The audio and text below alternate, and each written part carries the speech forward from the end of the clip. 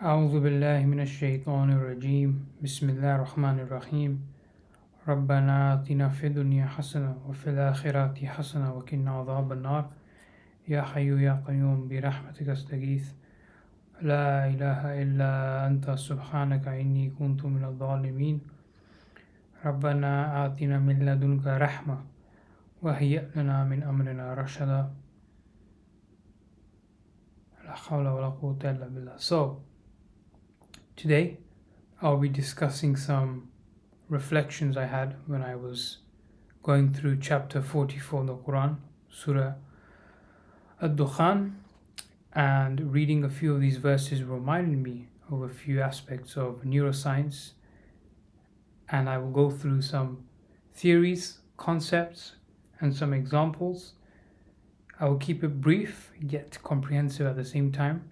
So we will be looking at depth perception, the mirror neuron system, various theories surrounding visual imagery, and also some logic and philosophy. So, أعوذ بالله من الشيطان الرجيم بسم الله الرحمن الرحيم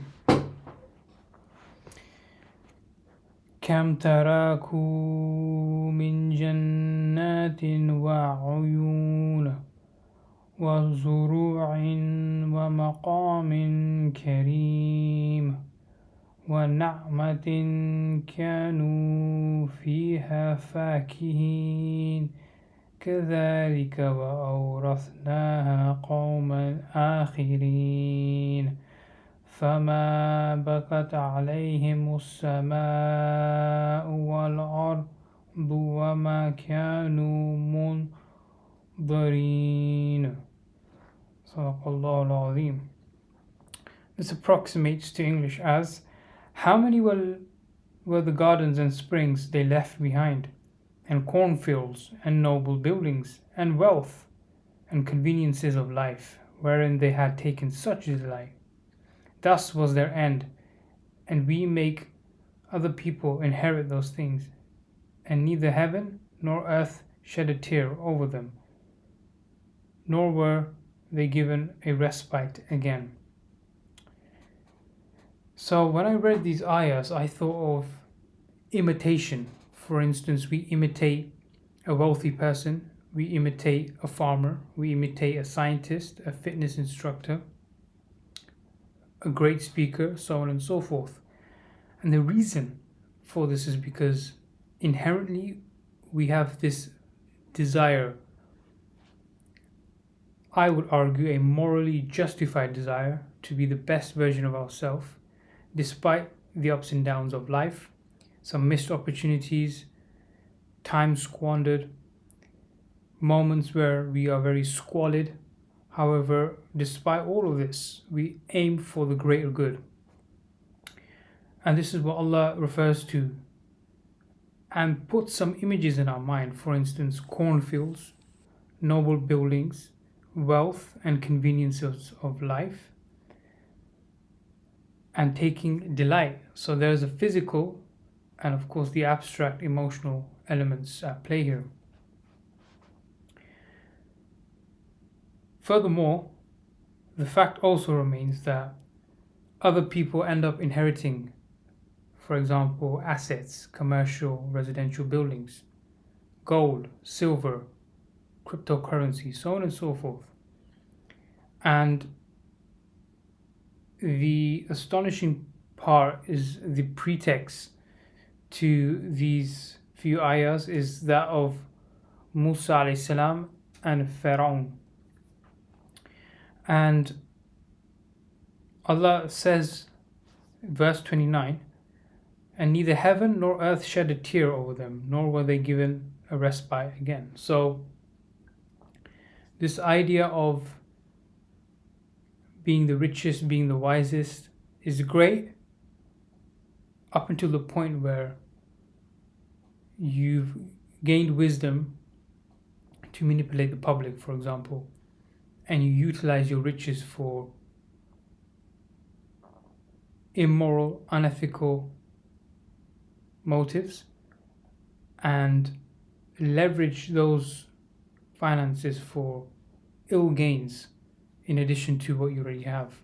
So, according to Abdullah Yusuf Ali, footnote 4709, there follows a word picture of all the fine and enjoyable things which the ruling caste had monopolized. Now these proud monopolists were drowned in the sea, and the inheritance went to other hands. Footnote 4710. They died unwept, unhonored, and unsung. They were too inordinate to be given another chance. Pharaoh had claimed to be their supreme god, and they had followed him. So these are three words that I will also sum up today's modern politics: unwept, unhonored, and unsung. Irrespective of the level of nationalism one has, no one's going to remember political leaders to the level of prophets and messengers, peace be upon them all. And the reality is, they were sent as warnings and mercy to mankind. However, we decided to neglect them and pursue very weird philosophies and ideologies and become demigods in the sense of simply blindly following a so-called supreme leader.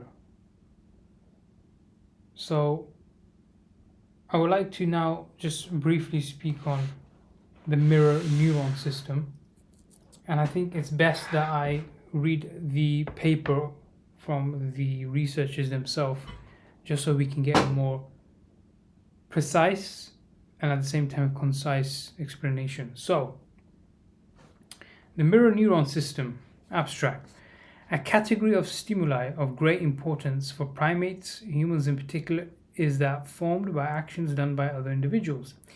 If we want to survive, we must understand the actions of others. Furthermore, without action understanding, social organization is impossible. In the case of humans, there is another faculty that depends on the observation of others: imitation learning.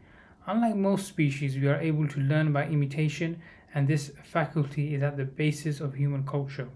In this review, we present data on a neurophysiological mechanism, the mirror neuron mechanism, that appears to play a fundamental role in both action understanding and imitation. We describe first the functional properties of mirror neurons in monkeys. We review next the characteristics of the mirror neuron system in humans. We stress in particular those properties specific to the human mirror neuron system that might explain the human capacity to learn by imitation. We conclude by discussing the relationship between the mirror neuron system and language. So what I would like to do is simply break down and briefly speak about mirror neurons and also the exact location in the brains of monkeys that these researchers discovered and uncovered, and how this relates to us human beings as well. So, mirror neurons are a particular class of visual motor neurons. Visual motor, from the name visual and motor, look at something and then you move. Originally discovered in area F5 of the monkey premotor cortex, that discharge both when the monkey does a particular action and when it observes another individual, monkey or human, doing a similar action. A lateral view of the monkey brain showing the location of area F5 is presented in figure 1, as you can see on your screen. The aim of this review is to provide an updated account of the functional properties of the system formed by mirror neurons. The review is divided into 4 sections. Okay, so mirror neuron systems in monkeys. Basic properties. There are 2 classes of visual motor neurons in monkey area F5. Canonical neurons, which respond to the presentation of an object, and mirror neurons, which respond when the monkey sees object-directed action.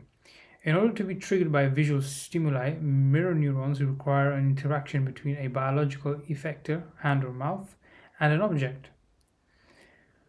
The sight of an object alone, of an agent mimicking an action, or of an individual making intransitive, non-object directed gestures are all ineffective, right? The object significance for the monkey has no obvious influence on the mirror neuron response.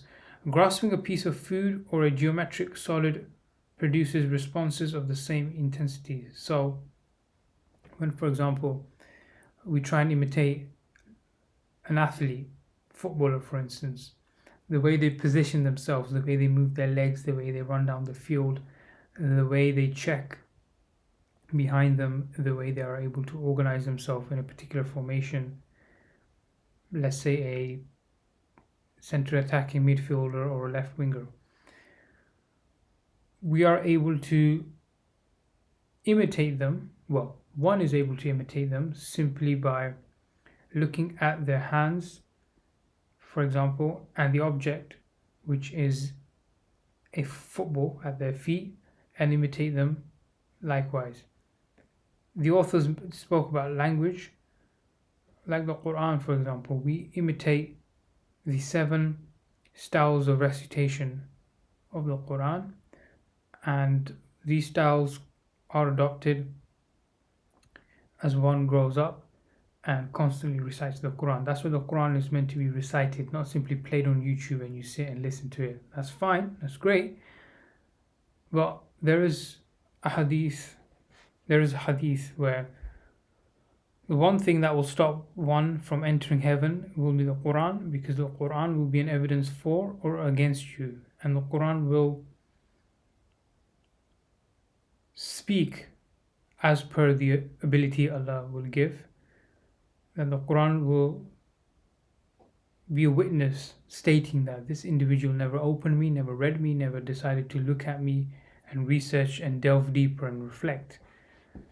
So when I came across that hadith by one of my teachers, Muhammad Ali Mirza, a few years ago, I know for a fact that it's not a joke, that the Quran has not changed and it's been imitated through memory, generations and generations and generations. So it's extremely important that we hold on to this tradition, which obviously we will. But I was interested to understand how we are able to mimic and imitate. So that's how I came across mirror neurons. Mirror neurons show a large degree of generalization, presenting a widely different visual stimuli, but which all represent the same action, is equally effective. For example, the same grasping mirror neuron that responds to a human hand grasping an object responds also when the grasping hand is that of a monkey. Similarly, the response is typical, not affected if the action is done near or far from the monkey, in spite of the fact that the size of the observed hand is obviously different in two conditions. It is also of little importance for neuron activation if the observed action is even eventually rewarded. The discharge is of the same intensity if the experimenter grasps the food and gives it to the recorded monkey or to another monkey introduced in the experimental room. Right, so the reward response is not as important when looking at the studies regarding mirror neurons and imitation. An important functional aspect of mirror neurons is the relation between their visual and motor properties. Virtually all mirror neurons show congruence between the visual actions they respond to and the motor responses they code. According to the type of congruence they exhibit, mirror neurons have been subdivided into strictly congruent and broadly congruent neurons. So this is my guess. I'm not saying this is a fact, but I'm guessing strictly congruent are more likely contingent upon specific acts in space and time within specific environments. Broadly congruent, I suppose, refers to perhaps the more broader aspects of life. For example, someone riding a bicycle in the park compared to someone riding one of those bikes in the gym Though the function of the legs moving is the same, one is stationary, the gym bike, and the bicycle in the park is not. But it seems to be that maybe the mirror neuron would be a broadly congruent one.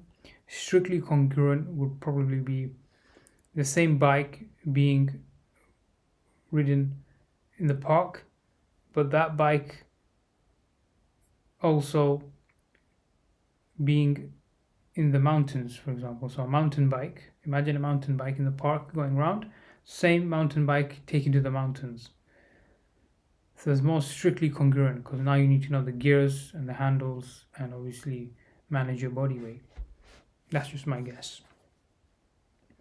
Mirror neurons, in which the effective observed and effective execute actions correspond in terms of goal.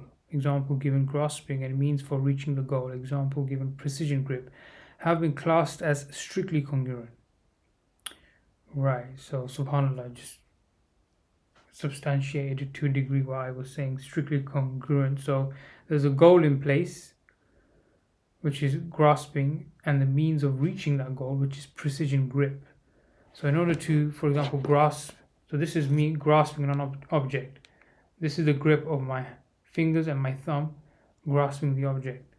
So it's this strictly congruent mirror neuron being activated because I've seen an object of this shape, a similar device in the past, and I've learned to interact and grip in the correct way.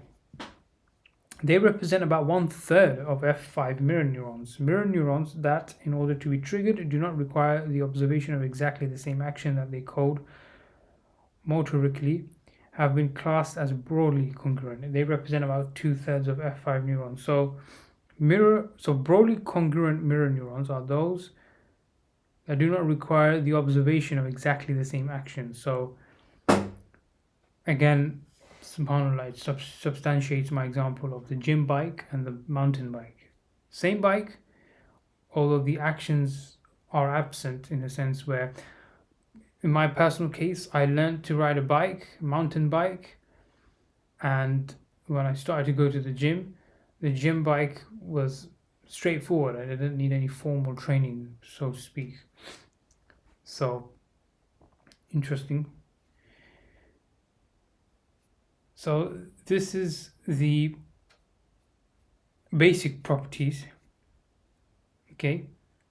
And this article extends further in regards to the function of the mirror neuron in monkeys, from which this discovery was made, and the mirror neuron circuit. So, and also the mouth mirror neurons, because the mouth also plays an important role when it comes to imitation, especially with infants.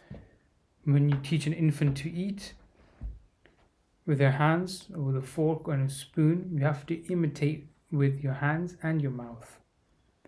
And an infant is able to track not only the hand and the mouth interaction and the substance that is being to a degree manipulated.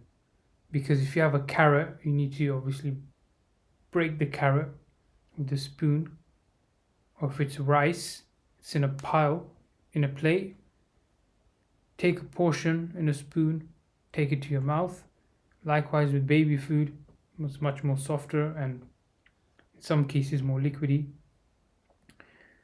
With the spoon, and you put in the infant's mouth.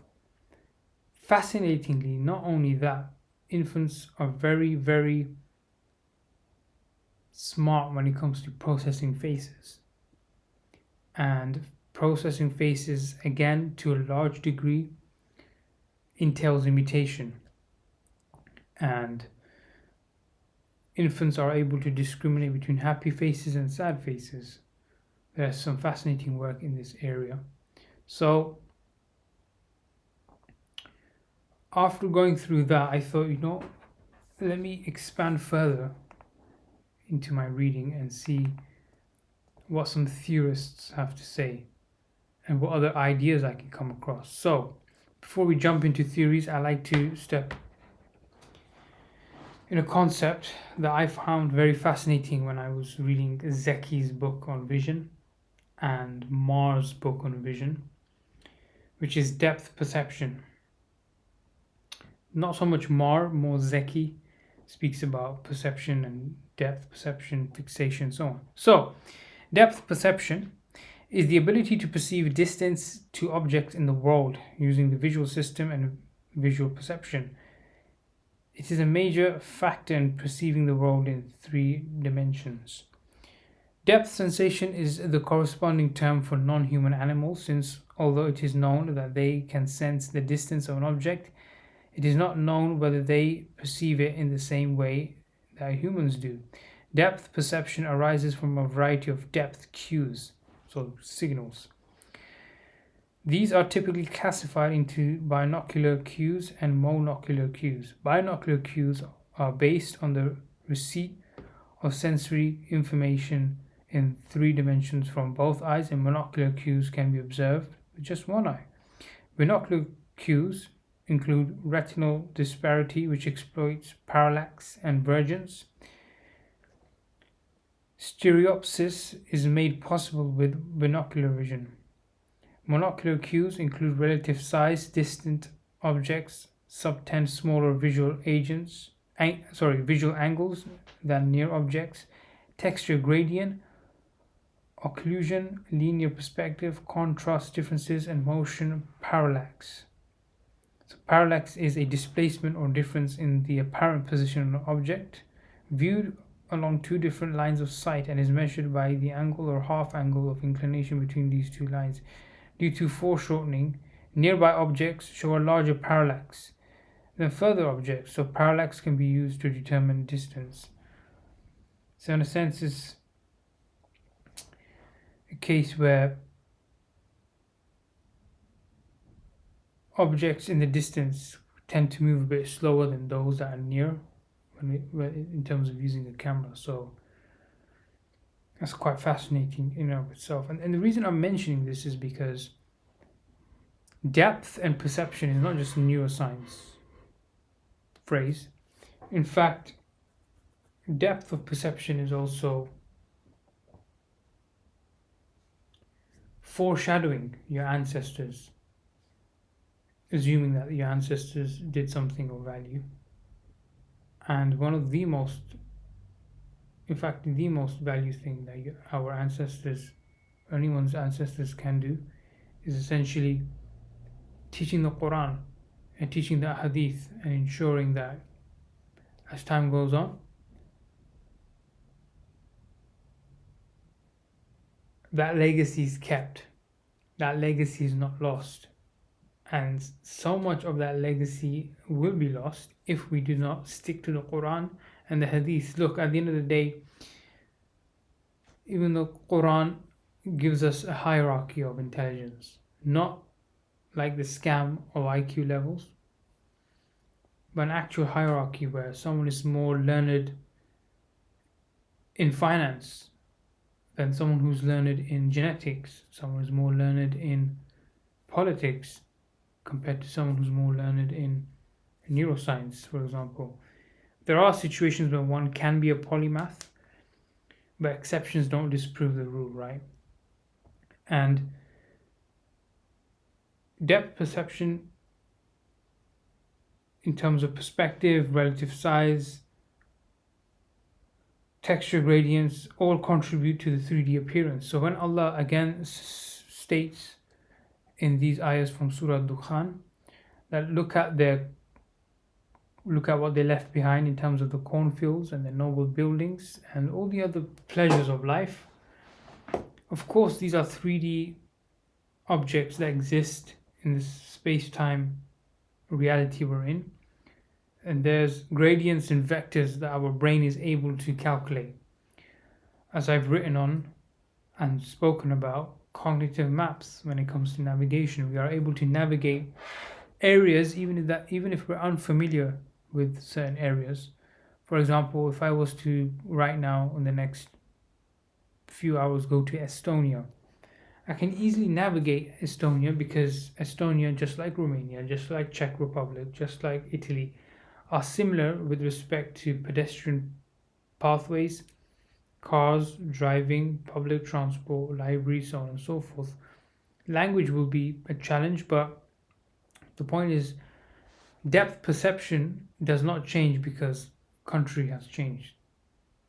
Depth perception does not change because there's a difference of nationality or socioeconomic status, visually speaking. So when Allah again speaks about noble buildings and cornfields, you can think about Canary Wharf in London, for example. You can think about Spania in Rome. You can think about Giza and Old Cairo in Egypt. So many examples where your depth perception remains the same, and Allah is telling us to consider the people before you, understand how they lived before you, and don't think these pleasures of this life is the ultimate end. There are means to the end, meaning, of course, you want good clothing, clean water for your hygiene and for your health, for example. Have good nutrition and good food, because healthy body is a healthy mind. You need resources to exercise and pursue your goals, and when there are ups and downs in life for days, weeks, months, or even years, how do you manage yourself? So all of this is a culmination of the human condition, of human nature, right? And if your perception is only of this world, that okay, I have some degrees, some influence politically, financially, and I'm able to walk in a room and everyone stands up for me, that is unfortunately a very shallow perception of the realities of not only this world but also the world that is forthcoming. And the ultimate reality, as the Quran mentions, is the grave on many occasions. That is the ultimate reality. Chapter 69, Surah Al-Haqqa, speaks about this in great detail. So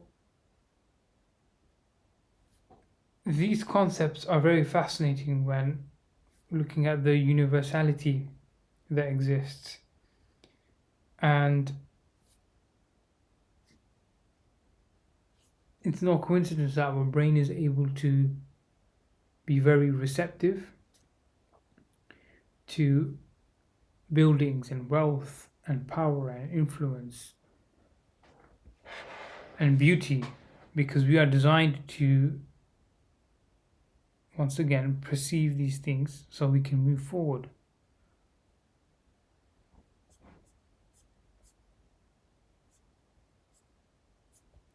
Next theory I like to speak on is the premotor theory of attention, which I also came across when reading about mirror neurons.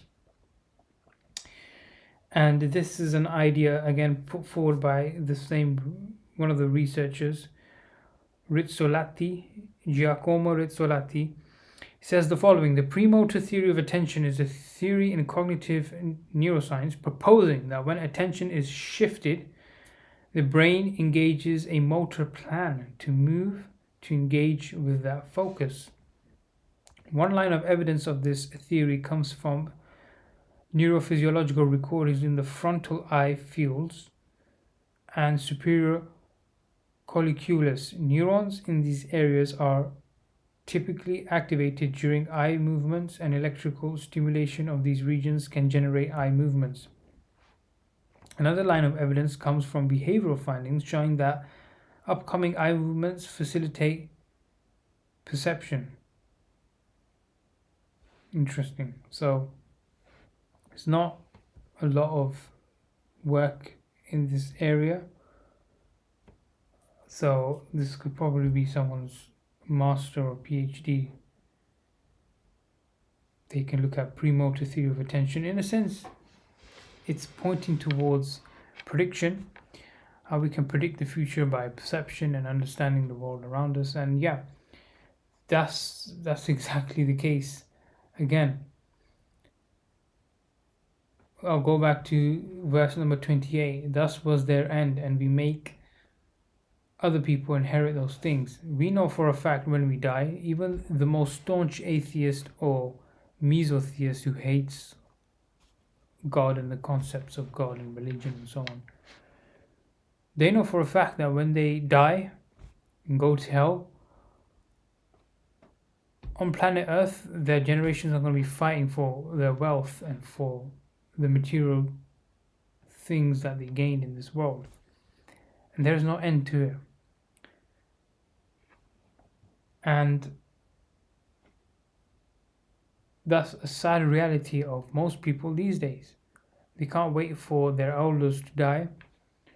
They can't wait to destroy their own brother, their own sister, sometimes a multiple of people.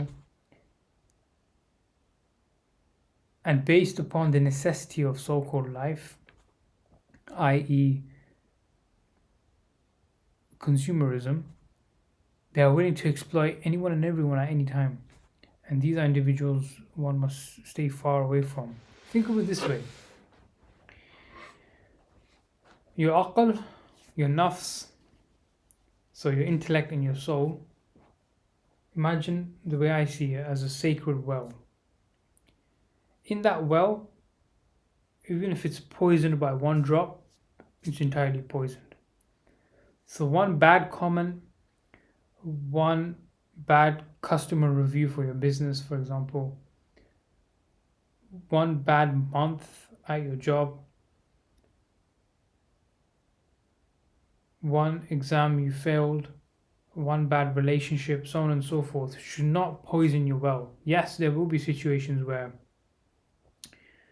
that well has to be cleaned, and in such a situation you need to have something called presence of mind. So you're present in that situation and you are looking forward. And to a degree, this is what this concept, in my humble opinion, is stating, that once attention is shifted, the brain engages a motor plan to move, to engage with that focus, right? So motor planning, just to extend on this briefly, motor planning is a set of processes related to the preparation of a movement that occurs during the reaction time, which is the time between the presentation of a stimulus to a person and that person's initiation of a motor response. For example, fighting, someone tries to, punch you, how you move. Playing football, someone passes you a ball, it's an open area, do you shoot? Do you finesse the shot? Do you chip the goalkeeper? What do you do in that situation? So that's a reaction time. And reaction times are extremely crucial, not only when it comes to wartime and peacetime, but also something many would refer to as me time. What's your reaction? You receive a notification on your phone, for example. Now you've wasted 2 hours going through WhatsApp, TikTok, Snapchat, Instagram, checking your email. From your email, you're going back to Facebook, from Facebook, going back to your email, so on and so forth. So, how does one have this habitual procedure of doing these type of things, which are jumping from app to app to app and just wasting 2 hours? Again, this is a separate topic, but this is a form of mind control, optogenesis, where using light they are able to literally control your attention. And that's why it's extremely important to shift focus. And that's why, in my humble opinion, in my view, we have a set amount of times for salah. We have 5 salah that we pray during the day, and this shifts our focus from this dunya, the cornfields, the buildings, the pleasures of this life, the wealth, in the context of these ayahs of Surah Ad-Dukhan. Those 5 prayers allow us to reflect on ourselves, and there's been many situations where once you begin your salah, you start to calculate your commission, for example. start to calculate your expense report. You start to think about research papers you need to read. You think about someone you need to call or someone you need to text. You start to think about a football match or boxing match that's coming up on the weekend, so on and so forth. And that is because when you're in isolation, you become distracted because your attention the whole time has been virtual. Now you're isolated from that virtual world during prayer and you focus on yourself. The devil is trying to convince you through the phenomena of escapism to escape the prayer, i.e., your attention to what the Imam is saying. If, for example, if it's a Jahran Salah, such as Maghrib or Isha or Fajr, to something else. And if it's Sahran, which is completely silent, the Dhuhr and Asr prayers, then in such a case, you to a degree are more susceptible about thinking about things that are unrelated to your Salah. That's why learning Arabic, reciting the Quran, and constantly doing dhikr as much as you can is important. This idea that you can just pray 5 times a day and I don't need to make dua at the end of each salah, I don't need to do any extra azkar, I don't need to do any extra supplications, I don't need to do any recitation, is a lie. And I have been a victim of this lie. So it's extremely important that you understand Islam, the system, from its components, and not Islam from the lifestyle and the soothsayers and the scam artists and the personalities through the actual human beings. So it's extremely important to preserve your attention span. In fact, something I like to call manufactured ADHD. I believe there's books and articles with this title, which is unbelievable because that's how I thought about it back in 2020 when this phenomenon of reels came up and short form video content. Very recently, LinkedIn has also developed short form content as well. So it's a war for your mind. It's a war for your attention, and they say that the idle mind is the devil's mind. I will say the busy mind is the devil's mind, because when you're idle, yes, you have some odd thoughts, but you're not constantly distracted with 5,000 different images and different songs being played and 5 videos of something to do with business and then another 10 to do with the gym and another 2 that are comedy and so on and so forth. So the whole idea is that long-term memory and deep representation and how the brain's eye is able to interpret this information is of my interest, and I thought I would share this, of course, with yourself, and just as importantly with the future generations that are meant to come. I don't wish to be, as Abdullah Yusuf Ali states here, I don't wish to be part of the unwept, the unhonored, and the unsung. So one theories when it comes to visual imagery and perception I came across was the quasi-pictorial theory of imagery. Okay, extremely long paper, and not going to go into too much in detail, but just covering some basic aspects here so that for those listening and watching, you can go out there and look into this more and help me develop this area of Islam and neuroscience, because it's untapped and there's so much potential for all of us. So the basic functional architecture of Kosslin's theory is shown in figure 1. This depicts what might be happening when someone considers the question of whether a fox has pointed ears by first constructing a mental image of a fox and then examining the ears in the image. This, for Koslin, is prototypical of the sort of task for which imagery is normally used in cognition. So, Koslin, famous neuroscientist, came up with this theory. And so, just by looking at figure 1, running through it, the mind's eye interpretive function: shapes, lines, slanted, meet, and point, curve. So now your mind is creating an image in its brain. Okay.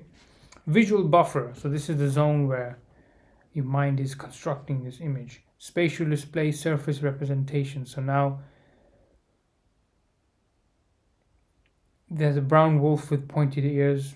I was thinking of a grey one with blue eyes. You know, one of those ones in the mountainous areas, husky type looking ones. Next is long-term memory, deep representation, and then of course the eye does not have direct access to a fox, but it has the image by virtue of past experiences and possibly symbols. Some theories that also speak about this, which I'll discuss shortly. So, the quasi-pictorial theory of image, based on Koslin 1980, a quasi-picture or surface representation is constructed in the visual buffer on the basis of a description and long-term memory, and the mind's eye analyzes it to extract the required information. So, as the diagram shows, the data from which images may be constructed are taken to be stored in long-term memory in the form of deep representations, propositional descriptions of the visual scene, presumably not dissimilar to the sorts of description envisaged by Pilation, another philosopher and neuroscientist, which we will touch on in a moment. However, as Koslin sees it, these are not directly available to consciousness. They are analogous to the files in which data is saved by a computer graphics program and on the basis of which actual viewable pictures are constructed on the screen of the computer monitor. When we form a mental image, a quasi-picture or surface representation is constructed.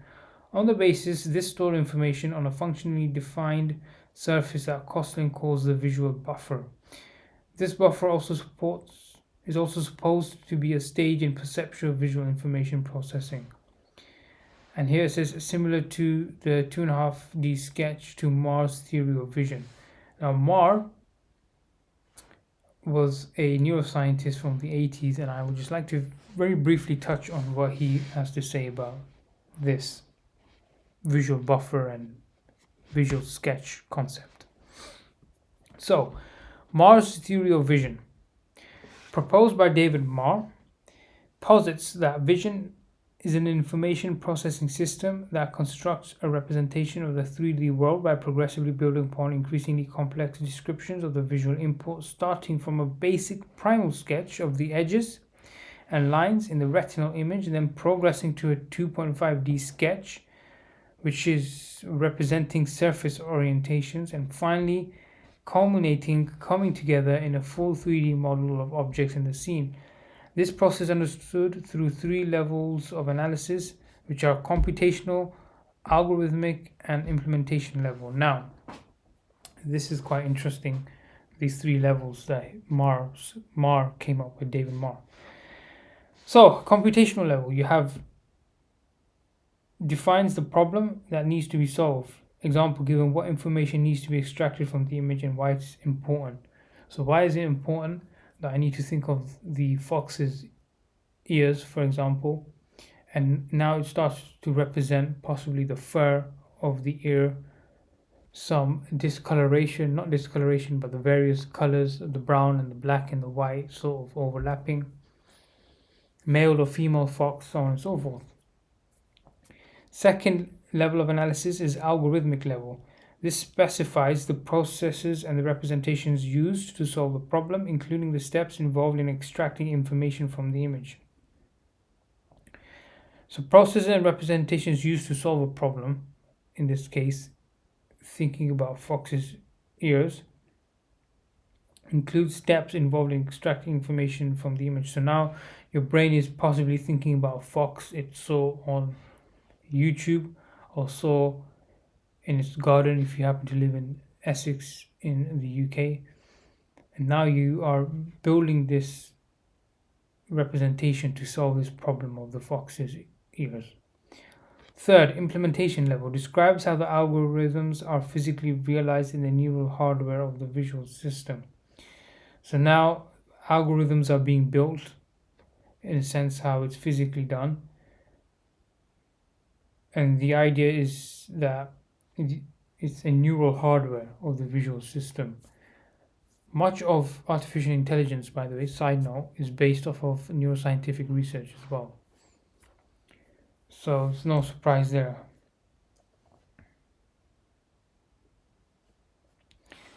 So going back here, this buffer is also supposed to be a stage in perceptual visual information processing when it would receive its input from the eyes instead of from the long-term memory store. Once the quasi-picture is established on the buffer, it is available to consciousness as an image, and furthermore, information that was merely implicit in the deep representations such as pointedness of the fox's ears in the depicted example, can be extracted from it by a postulated mind's eye function. No doubt we are not supposed to think of this mind's eye as literally seeing the image, but it is needed to read and interpret the buffer's surface display. A principal function of images in cognition, as Koslin sees it, is to enable ready access to visual spatial features and relations of this sort, features or relations that might otherwise be very hard to infer from the propositional mentalese description. So if I was to say to you, imagine a squared circle, that by definition is impossible. So it's very difficult to think of the example of a squared circle. Circle by definition has no corners, has one round edge, whilst a square has 4 corners, 4 edges. And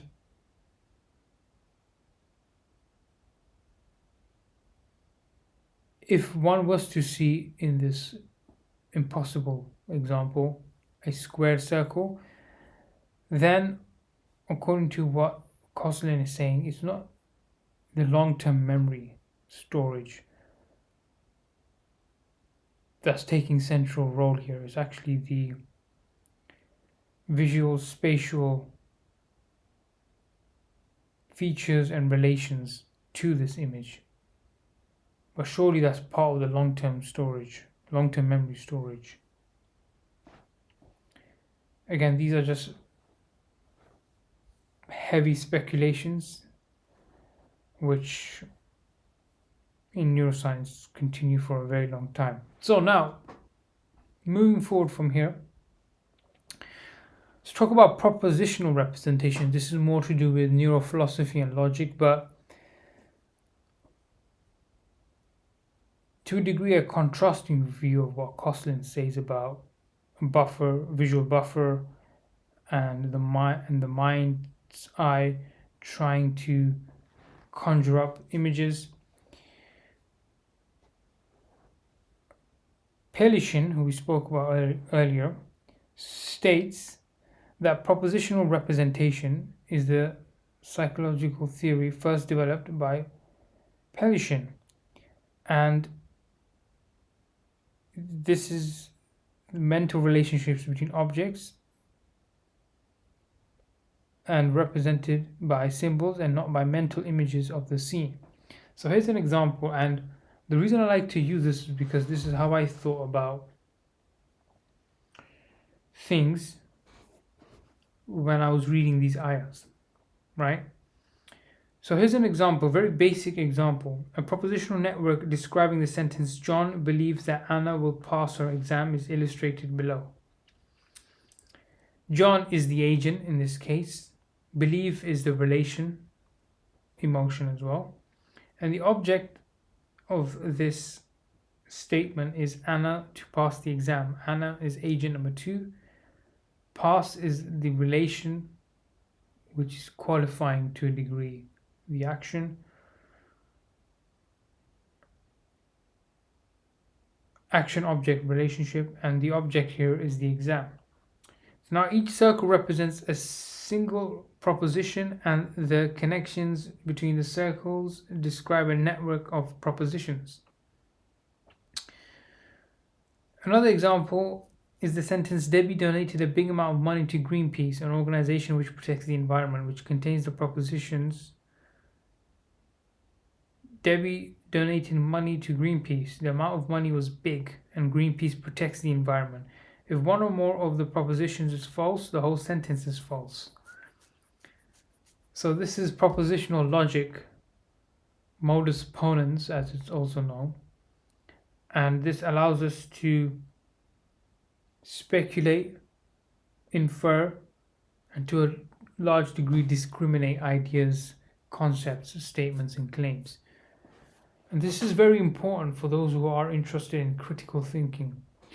When you hear a politician say X, Y, Z, when your parents say A, B, C, when a religious scholar or someone in a podcast speaks about A1, B2, C3, you must have the ability, i.e. the attention and focus, to hear what they're saying.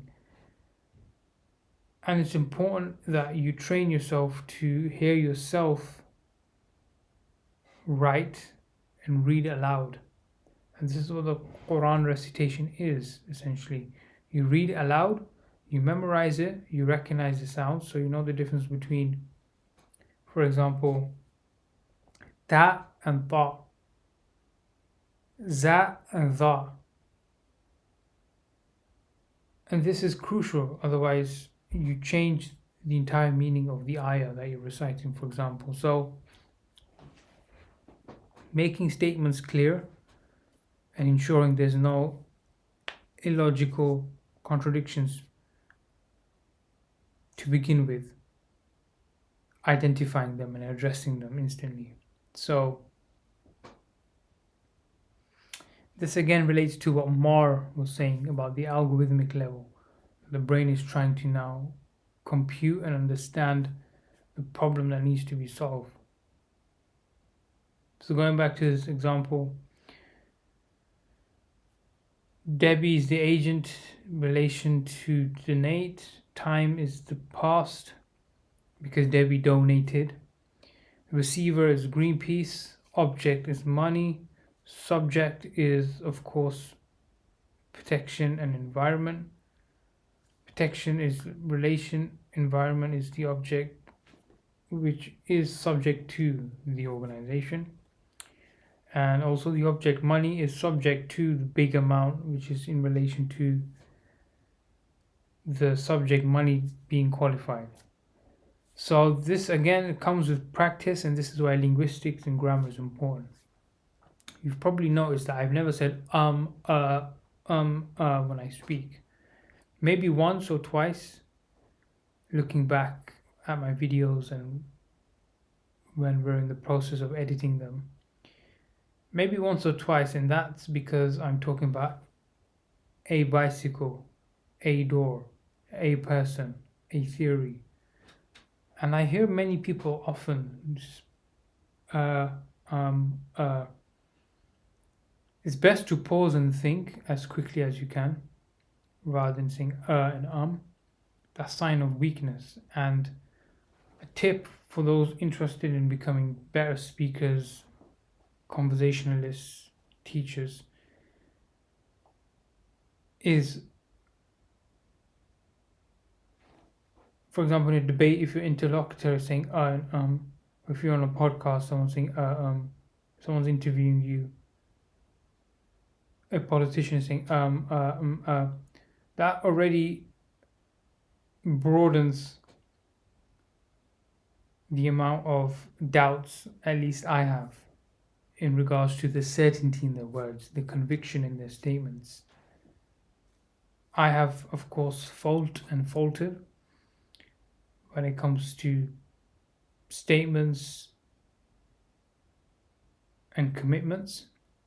However, the certainty at the time is what gained trust. And for those in business and sales, that's also extremely important, that you're certain that you're offering them value. If you can't and the money's attractive, you have to be honest. As Allah again says in Surah Ad-Dukhan, you don't want to be in a situation where the heaven and the earth don't shed a tear, meaning it doesn't matter if you were to drop dead right now. Based on your character, you were just known for money or influence or clout or going viral or being trendy. It's not a good life to live. In fact, that's a life wasted. So this is the idea of propositional representations, that we think in symbols. Now, if that's the case, then how are we able to monitor multiple thoughts or multiple objects and multiple images, statements, conversations, so on and so forth? How are we able to do this? So then I came across another theory called multiple object tracking. So in psychology and neuroscience, multiple object tracking, MOT, refers to the ability of humans and other animals to monitor multiple moving objects. It is also the term for certain laboratory techniques used to study this ability. In an MOT study, several identical moving objects are presented on display. Some of the objects are designated as targets, while the rest serve as distractors. The study participants try to monitor the changed positions of the targets as they and the distractors move about. At the end of the trial, typically the participants are asked to indicate the final position of the targets. The results of MOT experiments have revealed limitations on humans' ability to monitor multiple moving objects simultaneously. For example, awareness of features such as color and shape is disrupted by the object's movement. So in the 70s, this was a concept postulated by Piletian postulated the existence of a primitive visual process in the human brain capable of indexing and tracking features or feature clusters. Using this process, cognitive processes can continuously refer to or track objects despite moving of the objects, causing them to stimulate different visual neurons over time. So this is where Piletian then puts forward his Finst idea, which is now theory, fingers of instantiation, which is that tracking is mediated by a fixed set of discrete pointers, whereas Finst theory has been very influential. Many studies have found evidence that seems inconsistent with the theory. So, there will always be contrasting and conflicting concepts. So, when I came across this, Piletian speaks about indexing and tracking features. So, let me ask you this. What are the main features of someone you are inspired by? Business-wise, aesthetically, religiously, so on and so forth. And the main aspect I need you to focus on is that you don't know this person, you've never seen them, but you've read about them, you heard about them. For example, Muhammad sallallahu alaihi wasallam, his character. In fact, funnily, when studying mirror neurons, came across a hadith from Imam al-Bukhari in his book Al-Adab al-Mufrad, and this is chapter number 12, hadith number 1, and this hadith is Muhammad sallallahu alaihi wasallam said, reported by Abu Hurairah radiyallahu anhu, a believer is a mirror of his brother. When he sees a fault in it, he should correct it. And this is Hassan according to Albani. So,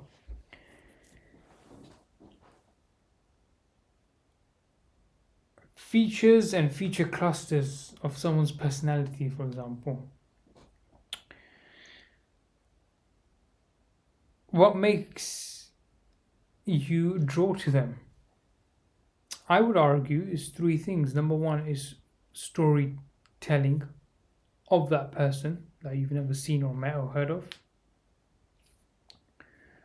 Number two is how that individual performed and carried themselves and the people around him during a crisis. And number three, the legacy that that individual has left behind. So, for instance, Muhammad sallallahu alaihi wasallam, storytelling, right? We have the Seerah, we have Seal Nectar, we have Dr. Ali Muhammad Al Salabi from Libya, 3-volume biography. I'm still reading volume 1 here, and the Seal Nectar. And obviously, hadith of Muhammad sallallahu alaihi wasallam, and also testimonies of those who witnessed him, spent time with him, for example, his wives and his close companions. So we are able to conjure up at least an image, not a physical one, but at least symbols and data points. For example, the story of how during the Battle of Uhud, when the Muslims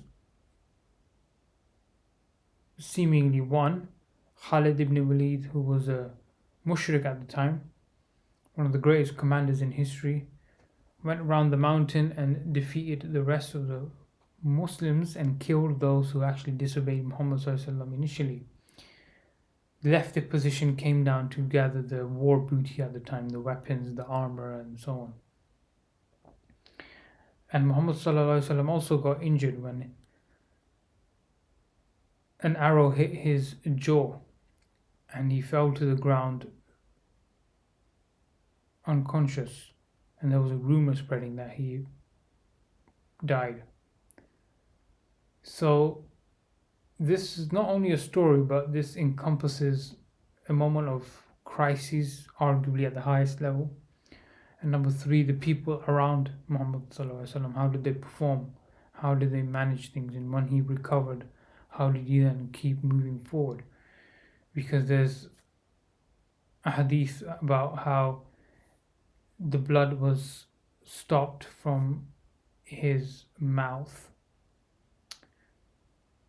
I believe it was Fatima and Ali alayhi salam who helped stop the blood by burning pieces of cotton and putting it on the wound.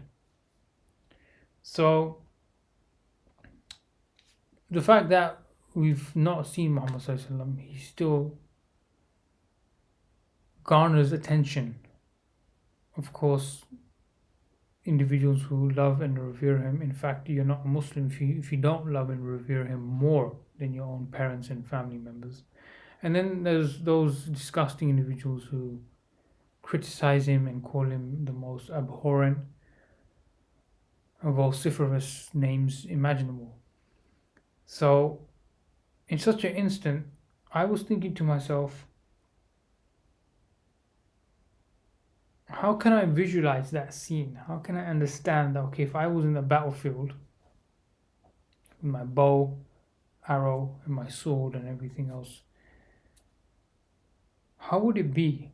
The enemy's running at me, there's a crisis over there, and as the leader of the army, I need to manage the individuals around me, the infantry. How do I go about this? And to a degree, you're not predicting the future. I'm not predicting the future.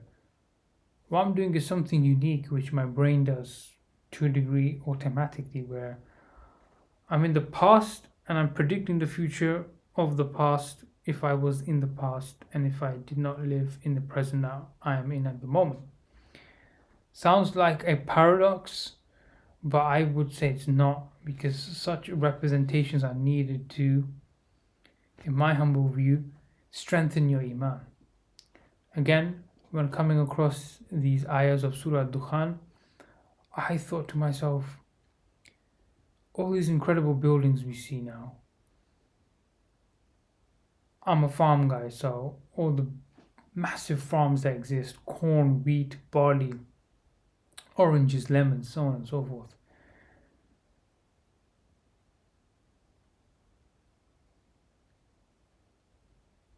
These are means that one should achieve to.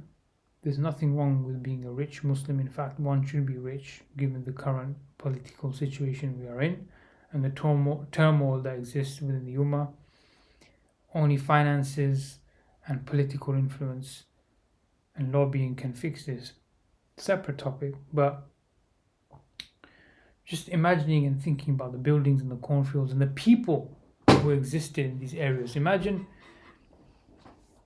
100 or so years ago, Canary Wharf was not Canary Wharf, it was a docking station essentially.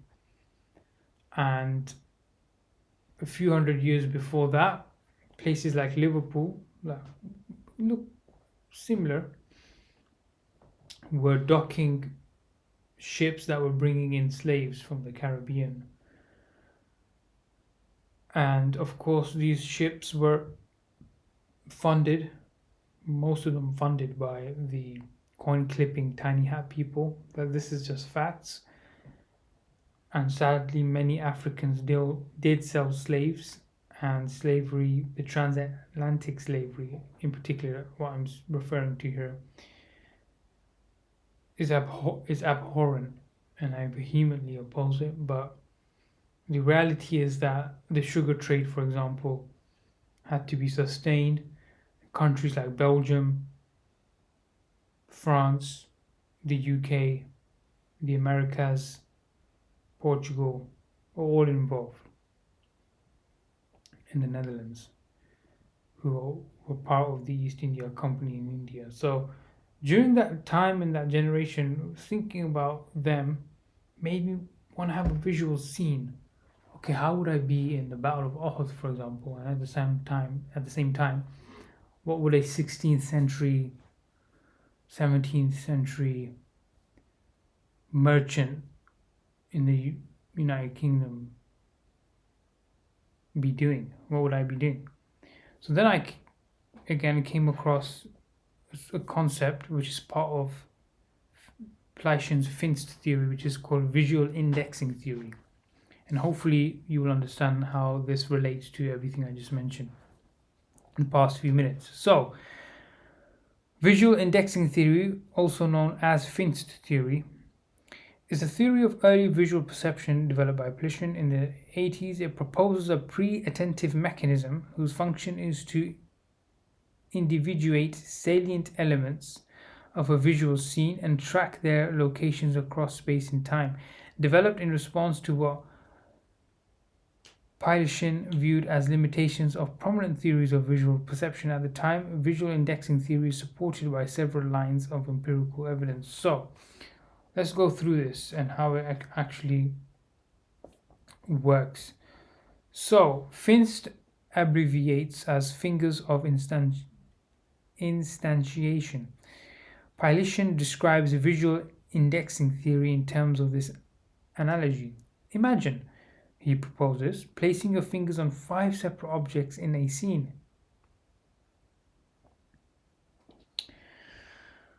As those objects move about, your fingers stay in respective contact with each of them, allowing you to continually track your whereabouts and positions relative to one another.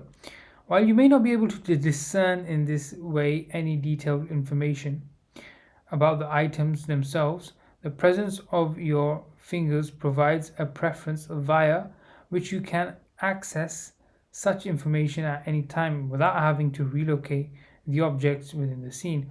Furthermore, the object's continuity over time is inherently maintained. You know, the object referenced by your pinky finger at time t is the same object as that referenced by your pinky at time 1. So 5 objects all 5 of my fingers are on them and they're moving around everywhere. So taking the pinky example, this is time t. T1 will be here. So now the objects move southwards, yeah?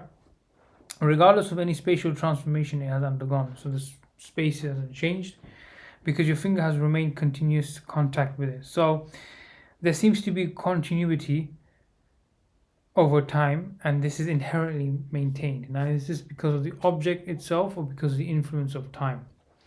So, for example, again, going back to the Battle of Uhud, if I was there charging at my horse, the fact that that space doesn't exist, that time doesn't exist, there seems to be an inherent quality of riding the horse in a war zone, charging at the enemy, which is inherent. It's something within us. In fact, many of you are probably imagining it right now and probably imagined similar situations in the past. World War II, World War One, the Napoleonic Wars, Peloponnesian Wars, so on and so forth. So, interesting.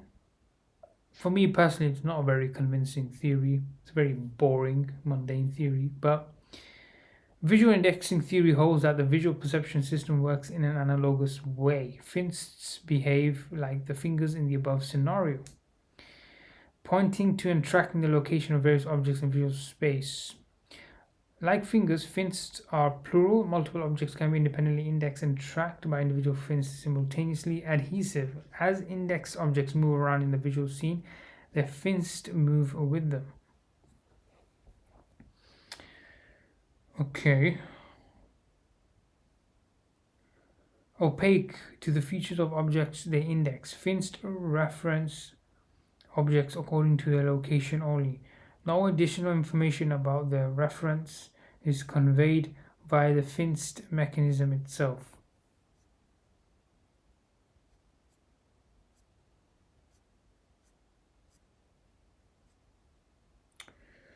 So again, this is a good Wikipedia article. I say it's good because the references that I've checked are correct and it gives an extensive description of experiments and the individual concepts that we spoke about, plural, adhesive, and opaque, and breaking them down. Again, this is all speculation. This is not definite, but it's interesting to know. It's interesting to know. Next concept I like to share is by a chap called Gibson. He developed a slightly different approach to the idea of perception, which is the following.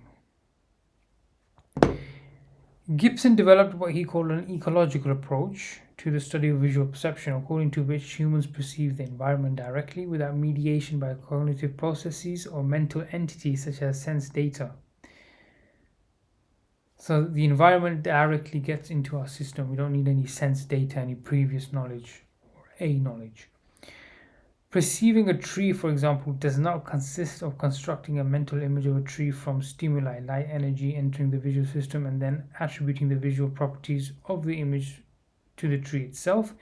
Instead, one directly sees the visual properties of the tree. This idea was radical because it contradicted a centuries-old model of the origins of human knowledge.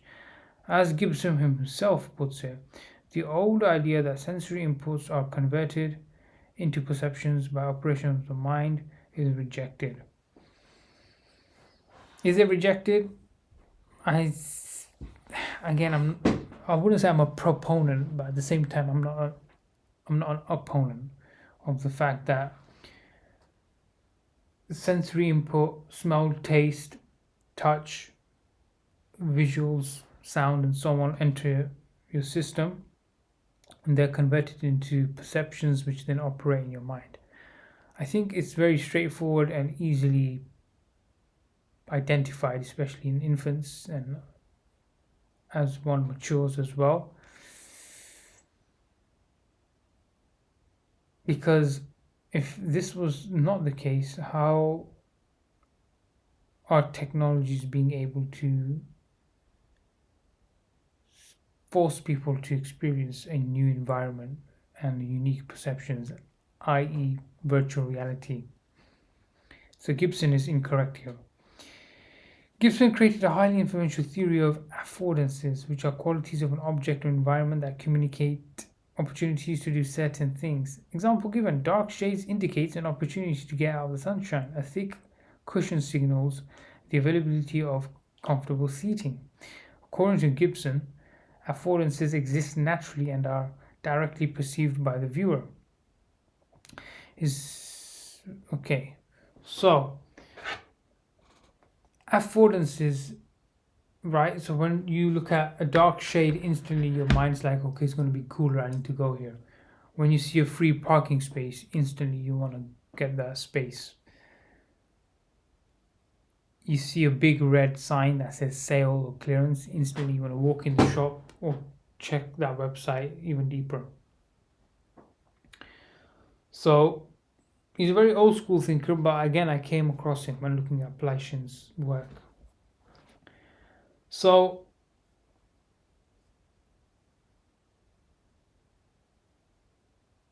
at the end of it all, it's extremely fascinating how our minds, certain areas in the brain, are able to imitate, understand motion, visual spatial references, visual scenes, the various cues, identifying color, shape, contour, depth,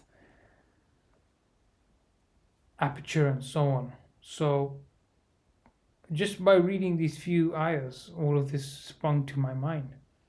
And the reason I share these type of videos where I recite a few ayahs and then I talk about my journey of how I went into all these avenues is simply because so you can do the same and attach yourself to the Quran in such a manner. If you're someone who's into history, look at the historical aspects and go deeper. You can start with chapter 30, you can start with chapter 2 of the Quran. If you want to read about, for example, the Israelites, Banu Israel, the children of Yaqub, you can certainly do that. So controlling language, critical thinking is also important, and that is what the Quran has given me. If you look at my old videos, I'm umming and umming at least 10-12 times. Now it's an average maybe one, hardly once. And critical thinking is now, alhamdulillah, on another level, but again, there's a lot of room to improve.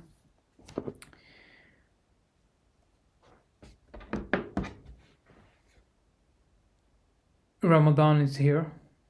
I will again urge every single one of you to recite the Quran, learn Arabic to the best of your ability, and delve deeper, improve your grammar. If English is your first language, there's no excuse for you to not improve your grammar. If it's your second language, start from today. If you speak Urdu or Arabic, Swahili, French, Italian, Latin, Romanian, improve your grammar there. One tip I will give for improving grammar is read books from the 19th and 20th century, particularly philosophy books. Right now, I am delving a bit more deeper into Christianity and the history of philosophy, Francis Bacon's essays, and I've reviewed A.J. Arbery's essays, and I'm reading Hellenistic philosophy and Christian theology written in the 19th and 20th century. And also scientific journals in and of themselves have fantastic grammar. So that allows you to communicate not in the fastest way, but in the most effective way. You rather have endurance of speech rather than speed of rhetoric. Till next time, Assalamu alaikum wa rahmatullahi wa barakatuh.